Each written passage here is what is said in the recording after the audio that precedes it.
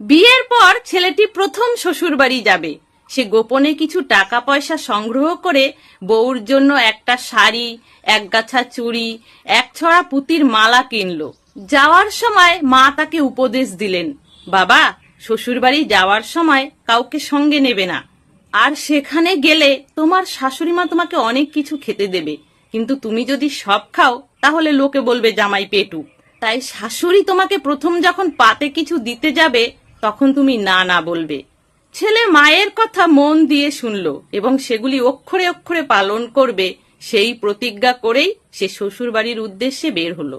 ছেলেটি বাড়ি থেকে যখন বের হলো তখন ছিল দুপুরবেলা। বেশ কিছুটা পথ চলার পরে দুপুর গড়িয়ে পড়ল। সে পেছন ঘুরে দেখলো তার সঙ্গে সঙ্গে ছায়া আসছে। এতক্ষণ সূর্য মাথার উপর ছিল বলে সে দেখেনি। সে ছায়াকে বলল, ছায়া, তুই বাড়ি ফিরে যা। জানিস তো মা আমাকে শ্বশুর বাড়ি একলা যেতে বলেছে, তুই আমার সঙ্গে আসিস না। ছায়া তবু তার সঙ্গে সঙ্গে আসে। ছেলেটি আরো অনুনয় বিনয় করে বলে, ছায়া, তুই আমার ভাই হবি, তুই আমার বন্ধু হবি।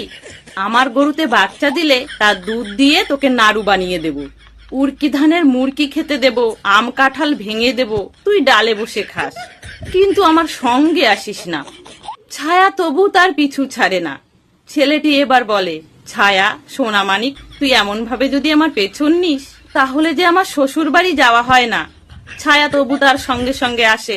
ছেলেটি তখন তার বউয়ের জন্য যে এক ছড়া পুঁতির মালা নিয়ে এসেছিল সেটাই সে পথের মাঝে ছড়িয়ে দিয়ে বলল, ছায়া, তুই এই মালাটা নিয়ে বাড়ি ফিরে যা, আমার সঙ্গে আসিস না।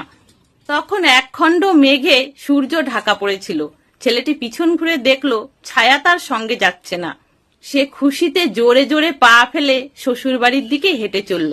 বেশ কিছুক্ষণ পরে সূর্যের সামনে থেকে মেঘ সরে গেল। ছেলেটি পিছন ঘুরে দেখলো ছায়া আবার তার পিছু নিয়েছে। ছেলেটি বলল, ছায়া, তুই আবার আমার পিছু নিয়েছিস? আমি আমার বউর জন্য 2 গাছা চুড়ি নিয়েছি, নে, এটা নিয়েই তুই বাড়ি চলে যা, আর আমার সঙ্গে আসিস না। এই বলে সে 2 গাছা চুড়ি পথের মধ্যে ফেলে দিল। তখন সে একটা বনের মধ্যে চলে এসেছিল। পেছন ঘুরে দেখলো ছায়া তার পেছনে আর আসছে না। ছেলেটি তখন আরো জোরে জোরে পথ চলতে থাকলো। খানিক দূর আসার পরে বন শেষ হলো। তখন বিকেল গড়িয়ে এসেছে। ছেলেটি পিছন ঘুরে দেখলো ছায়া আরো বড় হয়ে তার পেছন পেছন আসছে। ছেলেটি তখন আরো অনুনয় বিনয় করে বলল, ছায়া, তোকে আমি চুড়ি দিলাম, মালা দিলাম, তাও তুই আমার পেছন ছাড়লি না।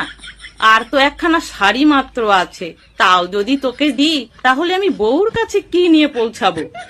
ছায়া, সোনা মানিক আমার, তুই বাড়ি ফিরে যা। ছায়া তবু যায় না। তখন শাড়িখানা পথে ফেলে দিয়ে বলল, ছায়া, শাড়িখানা নিয়ে তুই বাড়ি ফিরে যা। এবার বেলা ডুবো ডুবো, সন্ধ্যা হয় হয়। ছেলেটি পিছন ঘুরে দেখলো ছায়া চলে গেছে। সে জোরে জোরে পা ফেলে নানা পথ ঘুরে ঘুরে শ্বশুর বাড়ি উপস্থিত হলো। জামাই শ্বশুর বাড়ি এসেছে। শাশুড়ি মা কত রকমের খাবারের পদ তৈরি করেছেন, কিন্তু খেতে বসে জামাই মায়ের উপদেশ মনে মনে আওড়াতে লাগলো। মা বলে দিয়েছিল শ্বশুর বাড়িতে গিয়ে কম করে খাবি। শাশুড়ি মা খাওয়াতে বসে জামাইকে এটা দেয় ওটা দেয়, আর জামাই খালি বলে, না না, আর দেবেন না। শাশুড়ি মা ভাবলো জামাইয়ের বুঝি অসুখ করেছে, তাই তিনি আর বেশি পিড়াপিড়ি করলেন না। জামাই না খেয়েই খাওয়া শেষ করলো। রাত্রে শুতে গিয়ে জামাইয়ের আর ঘুম আসে না। জোর করে শাশুড়ি মা জামাইয়ের পাতে যে বড় বড় মাংসের টুকরো, মাছ, মিষ্টি, দই, সন্দেশ দিয়েছিল, জামাই না খেয়ে সেগুলো পাতে ফেলে রেখে এসেছিল। তারাই যেন রাতের অন্ধকারে জামাইয়ের চারিপাশে ঘুরে বেড়াচ্ছে। সেই সব সুস্বাদু খাবারের কথা ভেবে জামাইয়ের ক্ষুধার্ত জিহ্বা থেকে টস টস করে লালা ঝরতে লাগলো। রাত অনেক হলো, কিন্তু দারুণ খিদার জ্বালায় তার আর ঘুম আসে না। বাড়ির সবাই ঘুমিয়ে পড়েছে, কুকুর বিড়ালও জেগে নেই। জামাই ভাবে নিশ্চয়ই রান্নাঘরে এখনো অনেক খাবার পড়ে আছে। সে ধীরে ধীরে পা টিপে টিপে ঘর থেকে বাইরে বের হলো। ভয়ে তার বুক ঢিপ ঢিপ করছে। মনে হচ্ছে তার নিঃশ্বাস প্রশ্বাসের শব্দ শুনেও সমস্ত লোক জেগে যেতে পারে। আস্তে আস্তে পা ফেলে সে রান্নাঘরের দরজার সামনে এসে দাঁড়ালো। হায় হায়, রান্নাঘরের দরজা দিয়ে বাইরে থেকে শিকল দেওয়া। দম বন্ধ করে অতি সাবধানে সে সেই রান্নাঘরের শিকল খুলে রান্নাঘরে প্রবেশ করলো। এই হাঁড়িতে পেঁয়াজ রসুন, ওই হাঁড়িতে মুগের ডাল, মাছ কাটা বটি রাখা।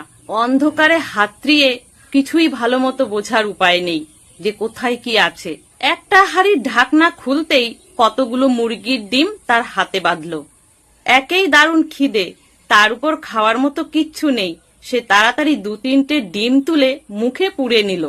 এমন সময় অসাবধানতায় একটা হাঁড়িতে হাত লাগতেই একটা হাঁড়ি আর একটা হাঁড়ির উপরে পড়ে শব্দ করে উঠল। অমনি বাড়ির বিড়ালটা ম্যাও ম্যাও করে ডেকে উঠল। বিড়ালের ম্যাও ম্যাও শব্দে বাড়ির উঠোনে শুয়ে থাকা বাঘা কুকুরটা ঘেউ ঘেউ করে ছুটে এলো। শ্বশুর জেগে গেল, শাশুড়ি মা জেগে গেল, শালা শালি সবাই জেগে গিয়ে বাড়িতে চিৎকার চেঁচামেচি শুরু করে দিল। এ বাড়ি থেকে ও বাড়ি থেকে কেউ লাঠি, কেউ সরকি, কেউ রামদা নিয়ে ছুটে আসলো। চোর চোর চোর, বাড়িতে চোর ঢুকেছে। সবাই এসে দেখলো রান্নাঘরের দরজা খোলা। সবাই ধরে নিল চোর তাহলে রান্নাঘরেই লুকিয়ে আছে। এই ধর ধর, চোর ধর। সবাই রান্নাঘরের ভিতরে ঢুকে দেখলো জামাই ডিমের হাঁড়ির সামনে বসে থরথর করে কাঁপছে। শ্বশুর ডাকে, ও জামাই, কি হয়েছে? জামাই কোনো কথা বলে না। শাশুড়ি মা কেঁদে উঠল, হায় হায়, আমার জামাই বুঝি আর বাঁচবে না। বাড়ির কাছেই ছিল এক নাপিত ডাক্তার, তাকে ডেকে আনা হলো। সে জামাইয়ের নাড়ি পরীক্ষা করলো, বুকের ঢিপঢিপানি গুনে দেখলো, কিন্তু রোগের কোনো লক্ষণ বুঝতে পারলো না। তারপরে জামাইয়ের দিকে ভালো করে খেয়াল করে দেখলো জামাইয়ের মুখ ফুলে আছে। তারপরে নাপিত ডাক্তার অনেক ভেবে চিনতে বলল, জামাইয়ের মুখে ফোড়া হয়েছে, তাই জামাই কথা বলতে পারছে না। ফোড়া কেটে দিলেই জামাই কথা বলতে পারবে। এই বলেই সে ঘচা ঘচ খুঁড়ে ধার দিতে লাগলো।